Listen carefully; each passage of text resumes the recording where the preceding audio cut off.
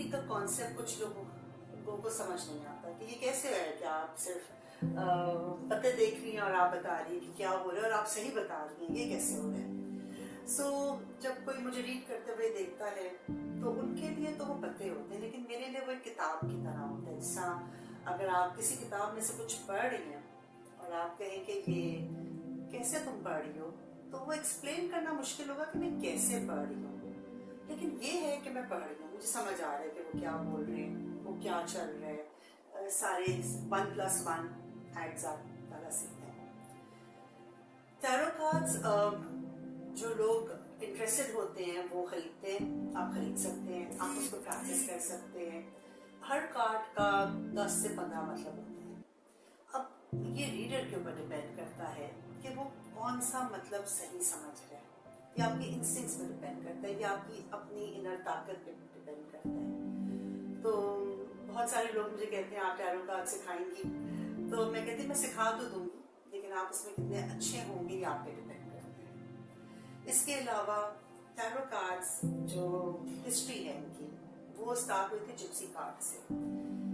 एक छोटा deck of cards पे तस्वीरें बनी हों और हर कार्ड के बहुत सारे मतलब निकलते हैं। तो जिप्सीज एक ज़माने में उन्होंने ये स्टार्ट किया था, फिर वो डेवलप होते होते टैरो बन गया, फिर वो आगे डेवलप होते होते बहुत सारे डिफरेंट किस्म के कार्ड्स बन जाते हैं, एंजल कार्ड्स, विजडम कार्ड्स, आप कोई भी किस्म के कार्ड्स यूज़ कर सकते हैं। मैं तो एक normal deck of plain cards use करती हूँ जो हम आम यूज़ करते हैं, क्योंकि टैरो से वो थोड़ा ज़रा हायर होते हैं, क्योंकि उनके मतलब भी ज़्यादा एक्सपेंसिव होते हैं और ये कार्टोमेंसी कहलाता है और ये इतना कॉमन नहीं है, ये बहुत कम लोग इसको कर रहे होते हैं। मकसद ये नहीं आप कौन से कार्ड्स यूज़ कर रहे हैं, मकसद है आपकी उन कार्ड्स के साथ कितनी दोस्ती है, वो कार्ड्स के साथ आपका कनेक्शन है कि नहीं, और क्या आपको समझ आ रही है कि वो क्या बातें कर रहे हैं आपसे। यही एक अच्छी रीडिंग का बेस होता है।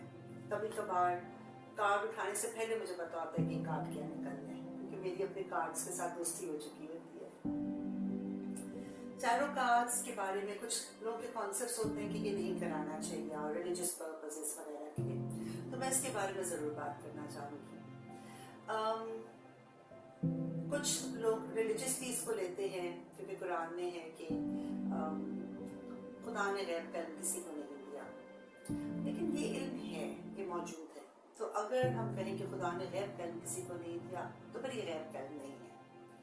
हो सकता है गैब का इल्म मल्टी यूनिवर्स के बारे में हो, क्योंकि 7 आसमान बनाए, एक आसमान के ऊपर दूसरा है, हर एक के फिजिक्स के लॉ डिफरेंट है, एंड ये सारी चीज़ें कही जाती है कि जी हम अपना ये यूनिवर्स छोड़ के दूसरे यूनिवर्स में नहीं जा सकते, हमें पता ही नहीं चल सकता वहाँ क्या है, शायद वो गैब का इल्म है।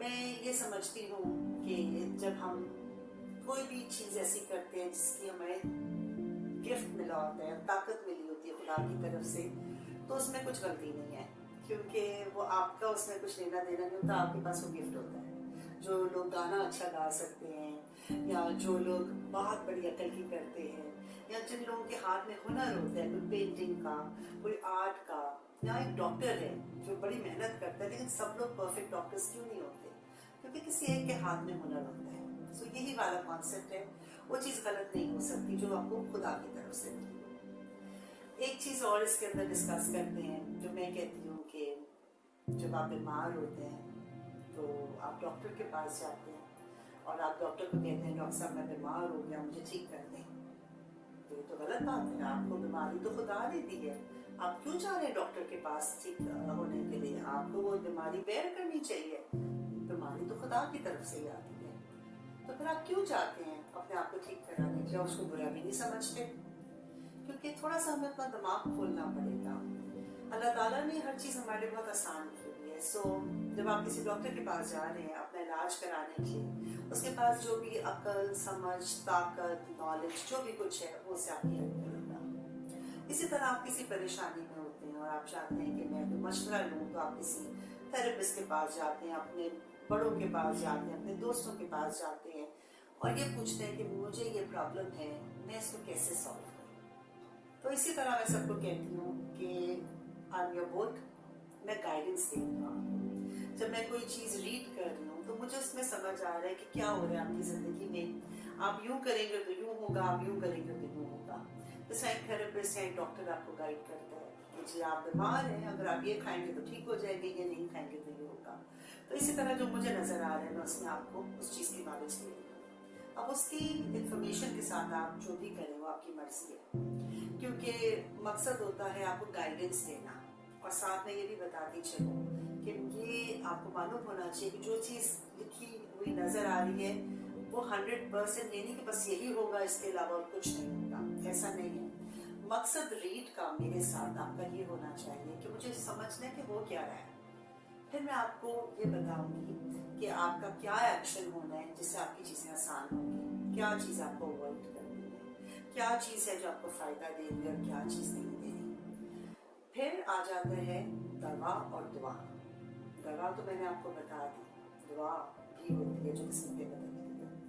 तो रीड कराने से ये फ़ायदा होता है कि आपको ये पता चल जाता है क्या चीज़ सही हो रही है, क्या चीज़ गलत हो रही है, मुझे करना क्या है, और फिर आप उसके ऊपर जो भी एक्शन लेते हैं उसे रीड बदलेगी, आपकी किस्मत बदलेगी, आपकी जिंदगी बदलेगी। सो आप इस चीज को इस तरह लेके चलें कि ये गाइडेंस है, जैसे आप किसी से मशवरा करते हैं तो जो भी ताकत मेरे पास होगी मैं उसके बेस पे आपको बेहतरीन जो मशवरा दे सकूंगी, अपना नहीं जो नजर आएगा, जो भी पढ़ती हूँ या जो समझ आते हैं मैं आपको वो बताऊंगी। सो इसके अंदर आप मशवरा ले रहे हैं, आप अपनी जिंदगी को बेहतर करने के लिए देख रहे हैं क्या चीज चल रही है क्या नहीं चल रहा, और आप अपनी जिंदगी अपनी किस्मत दवा और दुआ से बदल सकते हैं। जो कॉन्सेप्ट है कि जी पामिस्ट्री का कि जी ऐसा ही होगा बस कुछ बदलेगा नहीं, ये कॉन्सेप्ट डिफरेंट है इससे। सो अगर आपने रीड नहीं ट्राई की तो आप ट्राई करके देखिए, इसमें सिर्फ गाइडेंस है, इसके अंदर कोई ऐसी चीज नहीं कि जी आपके साथ ये बुरा हो जाएगा तो बस अब यही रहेगा, ऐसा बिल्कुल नहीं है।